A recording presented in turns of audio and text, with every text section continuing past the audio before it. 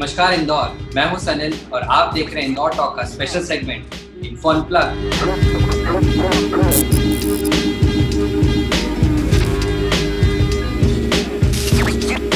Info unplug एक ऐसी video series जहां पर आपको मिलेगी सारी इंफॉर्मेशन रियल एंड अनकट। आज के हमारे इस वीडियो में हम बात करेंगे secretary of public relation department Madhya Pradesh Shri P Narhari sir से और जानेंगे उनसे कि किस तरीके से जनसंपर्क विभाग जनता और प्रशासन के बीच में संवाद की इस कड़ी को स्थापित किए हुए है और ये लगातार प्रयास कर रहा है कि जनता तक कोरोना से संबंधित रियल और ऑथेंटिक खबरें ही पहुंचे। सर बहुत बहुत शुक्रिया सर, बहुत बहुत स्वागत है सर आपका इंदौर टॉक में। Thank you Sanil, thank you so much. आपके माध्यम से आज सभी लोगों से बात करने का मौका मिल रहा है। Thank you so much. Sir सबसे पहले तो मैं आपको बधाई देना चाहूंगा प्रशासनिक सेवा दिवस का, क्योंकि सर आज आप लोगों की मेहनत और लगन से ही है कि आज प्रदेश की जनता अपने घरों में महफूज है, तो उसके लिए बहुत बहुत धन्यवाद एंड बहुत बहुत शुक्रिया sir. Thank you so much. Thank you definitely civil services के लिए और हम जैसे सभी सिविल सर्वेंट्स के लिए बहुत ही महत्वपूर्ण दिन है और हम सबके लिए हमारी जो संविधान के प्रति जो प्रतिबद्धता है, जिसके तारतम्य में हम ओथ लेके इस सिविल सर्विस में एंटर होते हैं, पुनः एक बार स्मरण करने के लिए है कि हमको हमारे कॉन्स्टिट्यूशन के प्रति सजग रहना है। उस कॉन्स्टिट्यूशन के अंतर्गत रहते हुए हमें अपने कार्य गतिविधियों को अंजाम देना है। एज ए सिविल सर्वेंट हम सबके लिए डेफिनेटली एक प्राउड दिवस है। सर बिल्कुल सर मेरा सबसे पहला प्रश्न सर आपसे ये रहेगा, थोड़ा सा हम जनता तक ये बात पहुंचाना चाहते हैं किस तरीके से प्रदेश का ये जो जनसंपर्क विभाग होता है किस तरीके से काम करता है और खास करके कोरोना जैसे संकट में जो ये कोरोना आउटब्रेक है इस वक्त पूरे प्रदेश में पूरे देश पर संकट का जो ये समा बांधा हुआ है, ऐसे में कितनी महत्वपूर्ण भूमिका हो जाती है जनसंपर्क विभाग की लोगों तक संवाद करने की और बातें पहुंचाने की।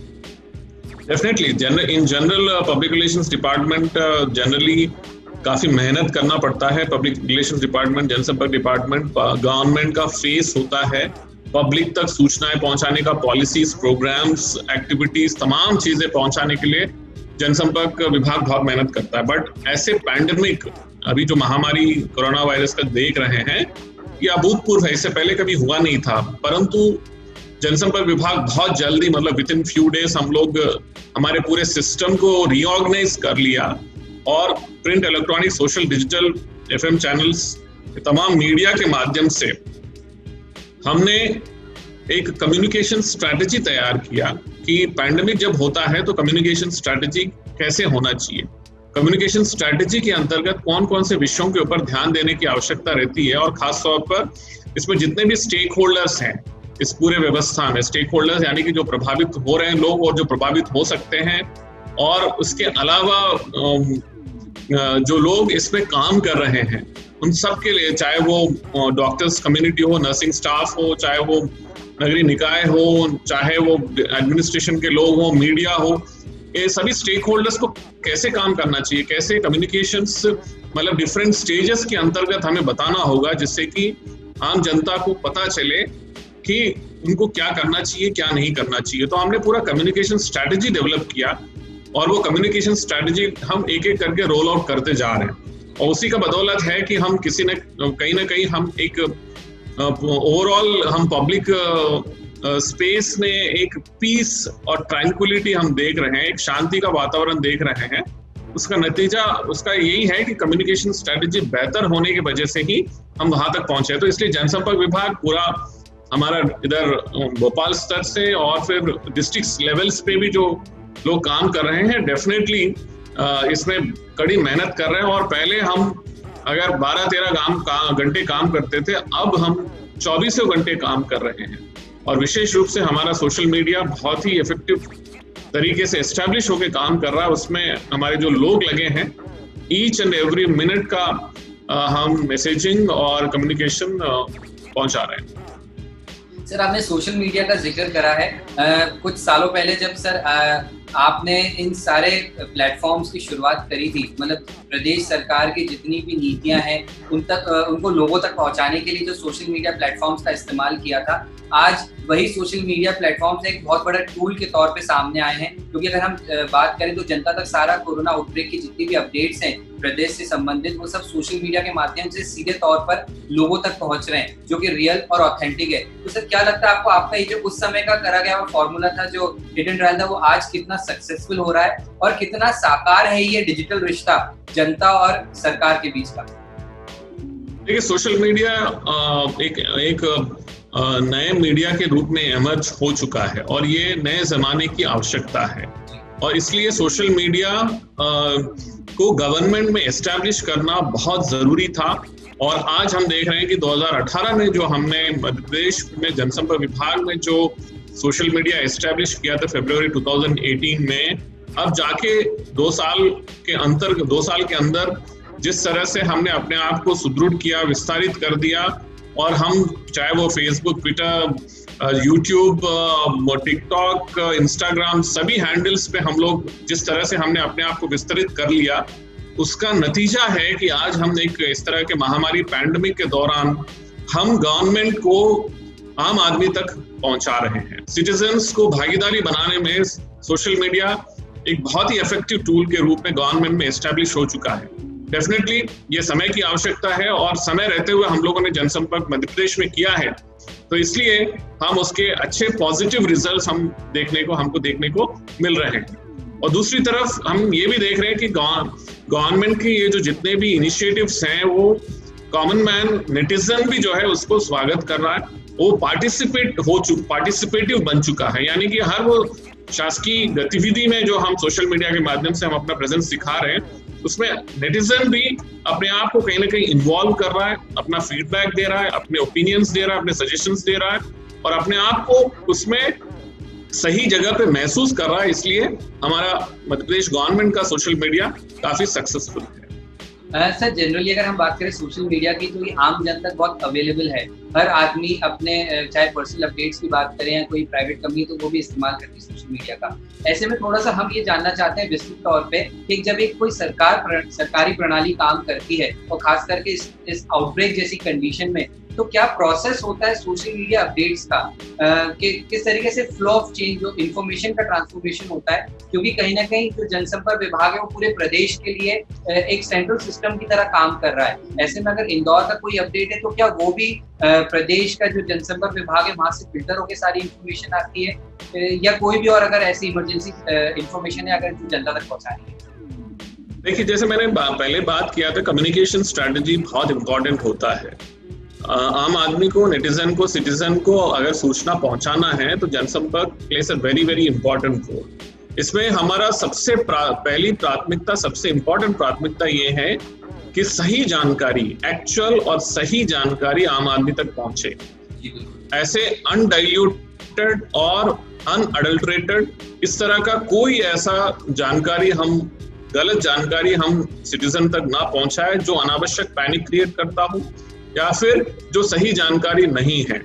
तो हमारे लिए सबसे चुनौतीपूर्ण काम ये है कि हम कैसे सही जानकारी समय रहते हुए और सही समय पे एक सिस्टम हमने एस्टैब्लिश किया है कि डेली हमारे यहाँ से लगभग 4 o'clock हमारा स्टेट गवर्नमेंट का बुलेटिन, हेल्थ बुलेटिन जारी होता है, और हमने एक एडिशनल चीफ सेक्रेटरी या प्रिंसिपल सेक्रेटरी रैंक के ऑफिसर के माध्यम से हम डेली अपडेट्स देते हैं कि टोटल कोरोना वायरस का स्थिति मध्य प्रदेश में क्या है और पिछले 24 घंटे में क्या हुआ है, और हम किस तरह की गतिविधियां हम कर रहे हैं, किस तरह के स्टेप्स हम ले रहे हैं, किस तरह के इक्विपमेंट या मशीनरी हम लाए हैं।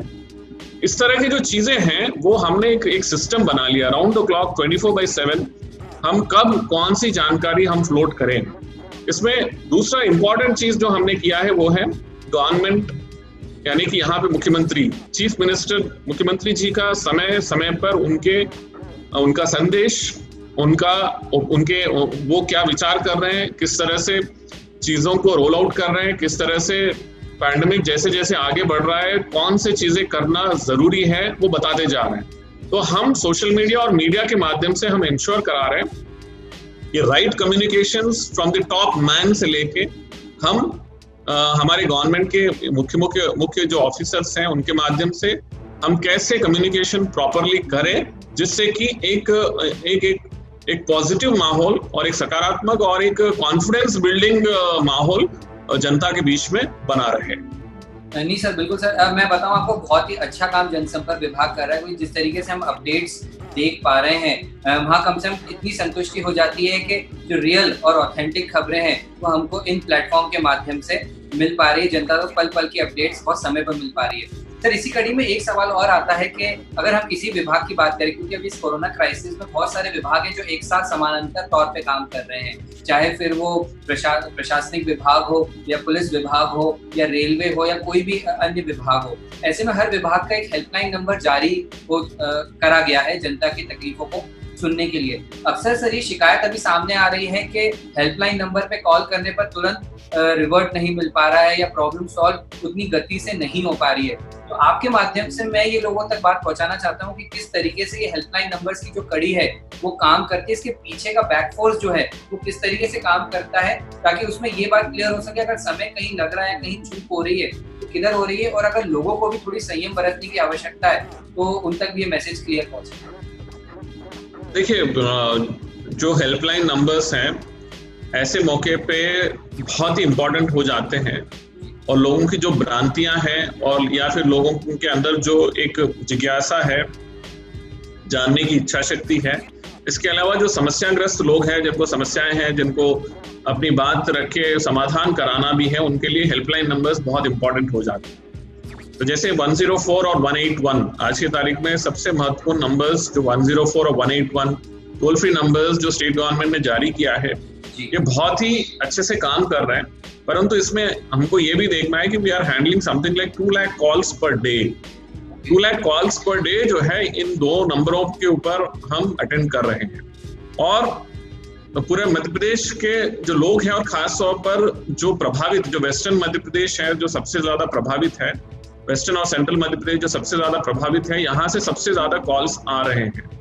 और लगभग जो कॉल्स का जो रिसीविंग कैपेबिलिटी है, जिस तरह जो कुछ चीजें आपने बताया कि लोगों को शिकायत है, हमारे हिसाब से लगभग 75% कॉल्स अटेंड हो रहे हैं।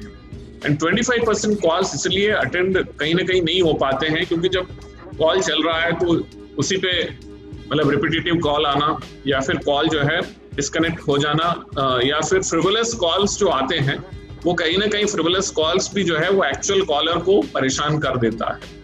But what I am assuring you is कि हमारे पास जो लगभग 2 लाख कॉल्स पर डे आ रहा है, उसका लोड बिल्ड करने में इनिशियली एक वन वीक तक हमें समय मिला। उसके बाद ये सब कॉल्स जो है अब हम रिसीव कर पा रहे हैं, उसको समुचित रूप से समाधान कर पा रहे हैं।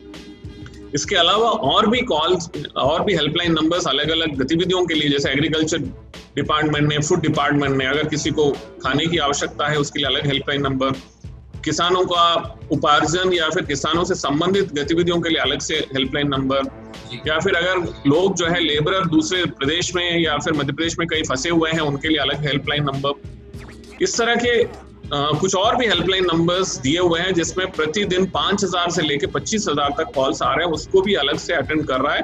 पूरा एडमिनिस्ट्रेशन जो है इसमें लगा हुआ है। आज की तारीख में स्टेट एडमिनिस्ट्रेशन अगर कोई काम कर रहा है, वो एकमात्र काम है वो जनता के लिए कैसे हम अवेलेबल रहें और उनके समस्याओं का समाधान समुचित रूप से कैसे करें। नहीं सर, बिल्कुल सर, इसमें आपका प्रयास, हमारी भी ये उम्मीद है कि ये जो अगर बीच में अगर कहीं कोई समस्या आ भी रही तो जल्दी हल हो, और लोगों से भी यही अपील है कि थोड़ा सा धीरज और धैर्य रखें। समस्या सभी की सुनी जाएगी और कोशिश है कि एक एक का जवाब जो है, एक एक के सवालों का जवाब लोगों तक पहुंचे। सर, इसी में सर जो एक और प्रश्न आ रहा है, अभी कोरोना से भी बड़ा संकट जो है प्रदेश में सर फेक न्यूज का छाया हुआ है।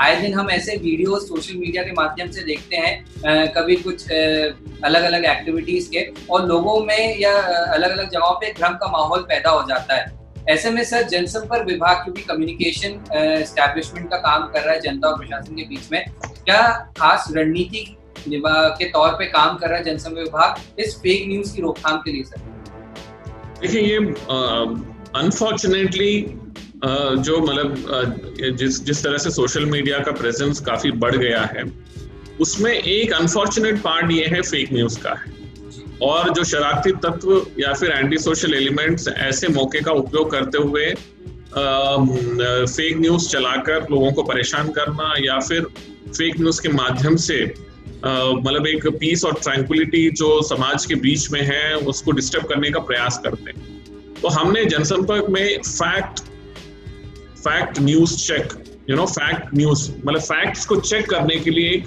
सेल बना दिया है, जिसमें 5 ऑफिसर्स और टेक्निकली कंटेंट चेक करने वाले ऐसे ऑफिसर्स की ड्यूटी लगाई है। और हमारे पास राउंड द क्लॉक 24/7 जितने भी ऐसे न्यूज और आइटम्स जो गलत है, जो मतलब जिनकी पुष्टि नहीं हो पाई है या फिर फेक न्यूज है, इस तरह के अलग अलग श्रेणियों में आता है। मतलब लोग इस हद तक गिर गए हैं कि वो प्राइम मिनिस्टर के जो हेल्पलाइन नंबर, जो प्राइम मिनिस्टर का जो रिलीफ फंड का नंबर है, अकाउंट नंबर है, चीफ मिनिस्टर के अकाउंट नंबर से रिलीफ फंड के, उस तक हमारे जो क्रिएटिव्स के ऊपर जो है अपना अकाउंट नंबर डाल के लोगों से जो है पैसे मांग रहे हैं। तो इस तरह के मतलब गिरावट जो है, जो लोगों के बीच में जो आया है, हमारे पास जैसे ही क्या हमारे पास अलग अलग तरह की चीजें हैं। एक तो हमारे पास लोग जनरली पूछताछ करके बेचते हैं कि क्या ये सही है, ये गलत है। हमारे पास जो कॉल सेंटर्स के माध्यम से भी कई सारे आते हैं कि फलाना व्यक्ति हमको कॉल कर रहा है और ये सोशल मीडिया में हमको ये जानकारी भेजा है कि ऐसा हो रहा है, क्या ये सही है, गलत है। या फिर मतलब मीडिया में भी, प्रिंट और इलेक्ट्रॉनिक मीडिया में भी कई सारे फेक न्यूज उन तक पहुंच जाते हैं। तो ये सब रेफर होके हमारा फैक्ट न्यूज चेक टीम के पास पहुंच जाते हैं। तो फिर हमारा ये फैक्ट चेकिंग टीम जो है उसको फैक्ट्स को चेक करता है एंड देन फिर हम उसका एग्जैक्टली हम सोशल मीडिया और मीडिया में बेचते हैं कि ये गलत है, ये सही है, ये गलत है, ये सही है, कृपया इसको आप प्रोत्साहित ना करें क्योंकि ये गलत है।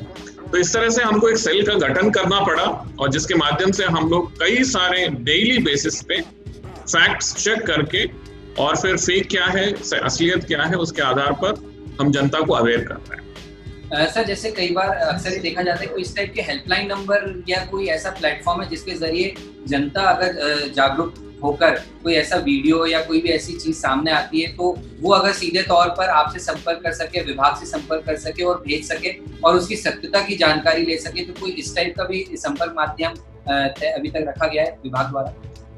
देखिए, इसमें हमने मीडिया के लिए हमने एक ईमेल आईडी जारी कर दिया था कि उस ईमेल आईडी पे हमको भेजें।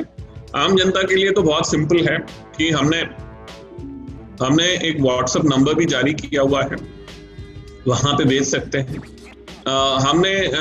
हमारा जो सोशल मीडिया हैंडल्स है, किसी भी सोशल मीडिया हैंडल पे कहीं पर भी आप एक मैसेज भेज देंगे। फेसबुक और ट्विटर हैंडल्स बहुत एक्टिव है, लाखों के फॉलोअर्स हैं उस पे, तो वहां पर भी हमारे पास सूचनाएं आ जाती हैं। तो मेरा रिक्वेस्ट ये है कि आप अपना मैसेज इनबॉक्स में डाल दीजिए, तो हम उसका 100% रेस्पॉन्ड करेंगे। तो सर के माध्यम से शायद लोगों तक ये मैसेज पहुंच गया होगा कि अगर आपके पास भी कोई इस टाइप का फेक मैसेज चाहे व्हाट्सएप के माध्यम से सोशल मीडिया पे आप देखते हैं तो उसकी सत्यता जानने के लिए आप जनसंपर्क विभाग के ऑफिशियल जितने भी हैंडल्स हैं, ट्विटर हो या फेसबुक हो, आप उन तक डायरेक्ट मैसेज करके उस मैसेज की सत्यता की जानकारी सीधे तौर पे विभाग से ले सकते हैं। सर, क्योंकि जनसंपर्क विभाग का सीधे तौर पे कम्युनिकेशन मीडिया से रहता है और अगर अभी हम देखें जितने मीडिया कर्मी उसी तरीके से डटे हुए हैं जिस तरीके से अन्य प्रशासनिक लोग भी डटे हुए हैं फील्ड में, ऐसे में सर उनकी सिक्योरिटी को लेके या उनकी सेफ्टी को लेके काफी प्रश्न उठ रहे हैं। क्योंकि अगर हम देखें तो अभी महाराष्ट्र में काफी केस हैं जिसमें 50 से ऊपर मीडिया कर्मी खुद कोरोना पॉजिटिव पाए गए हैं। ऐसे में सर आपकी तरफ से कोई ऐसा संदेश उन मीडिया कर्मियों के लिए ताकि उनके लिए भी थोड़ी सी हौसला अफजाई का काम करे?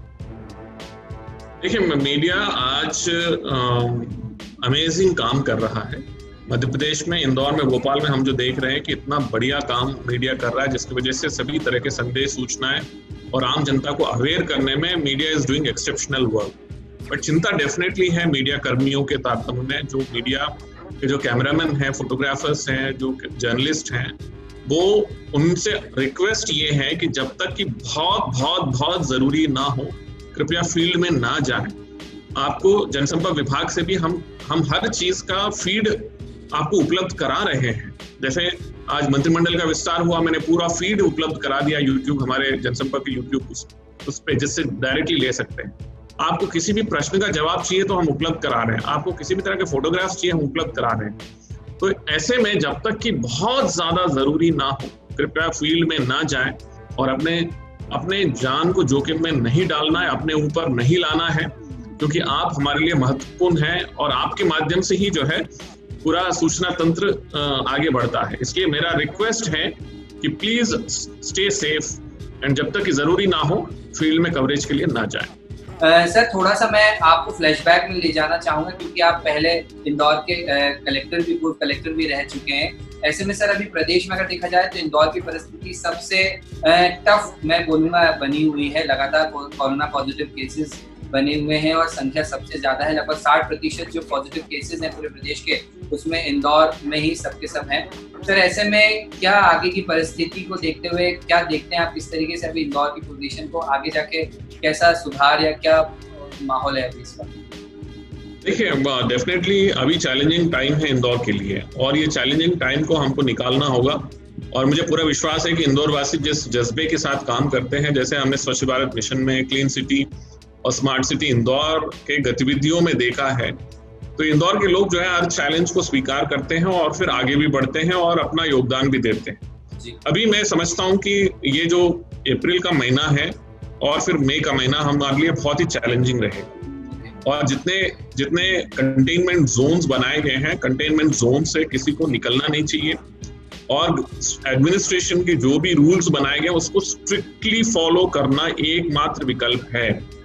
अगर हम स्ट्रिक्टली, क्योंकि आज इंदौर रेड जोन में है, रेड जोन में होने का मतलब यही है कि जब तक लास्ट केस हमको मिल जाता है, यानी कि लास्ट केस मान लीजिए कि फलाना अमुक व्यक्ति का लास्ट केस हमको मिल गया और उसका 14 डेज जब तक कंप्लीट नहीं होते हैं तो हम अपने इस कंटेनमेंट जोन से और इस रेड जोन से हम बाहर नहीं निकल पाएंगे।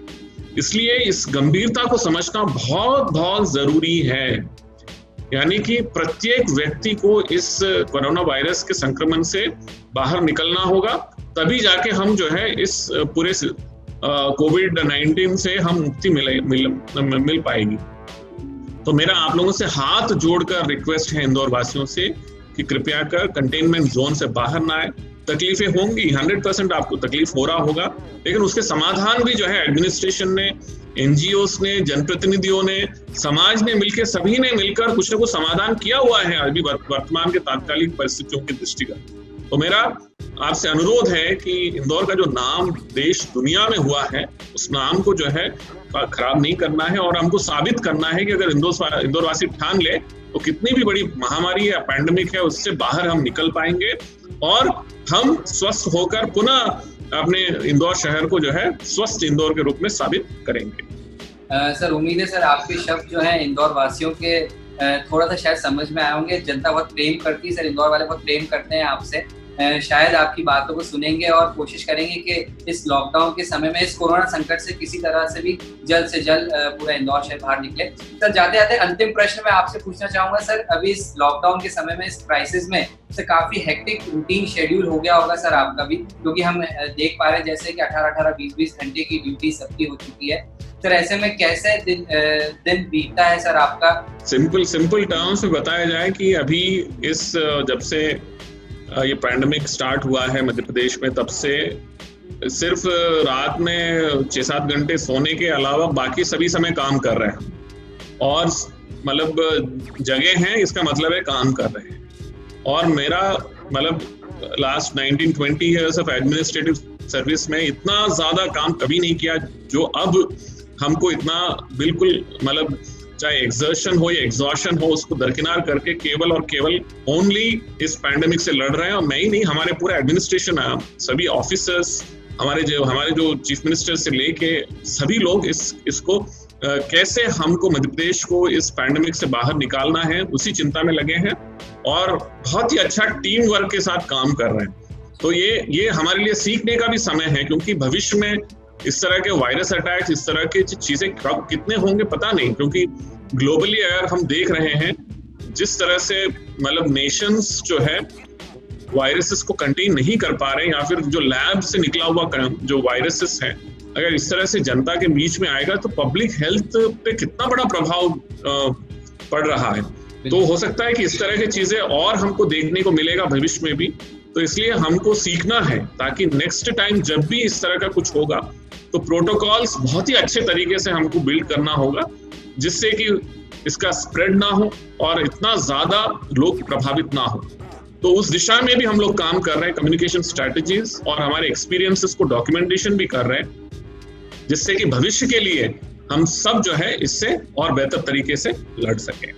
जी सर, बिल्कुल सर। इस मामले में प्रदेश की एक जनता सब विभाग के साथ है, सरकार के साथ है, और कहते हैं कि डरने से बेहतर है कि लड़ा जाए। तो बिल्कुल प्रदेश की एक जनता लड़ेगी, लड़ेगा इंदौर और जीतेगा इंदौर भी, और पूरी प्रदेश की जनता भी जीतेगी। सर जी सर, बहुत बहुत शुक्रिया, आपने आपका कीमती समय दिया। And thank you so much to Sanil and Indore Talk for giving this opportunity. You are doing great and amazing work. Keep doing. All the best. Thank you sir. तो ये थी आज की अनप्लग्ड इन्फॉर्मेशन इंदौर टॉक के special segment info unplugged में।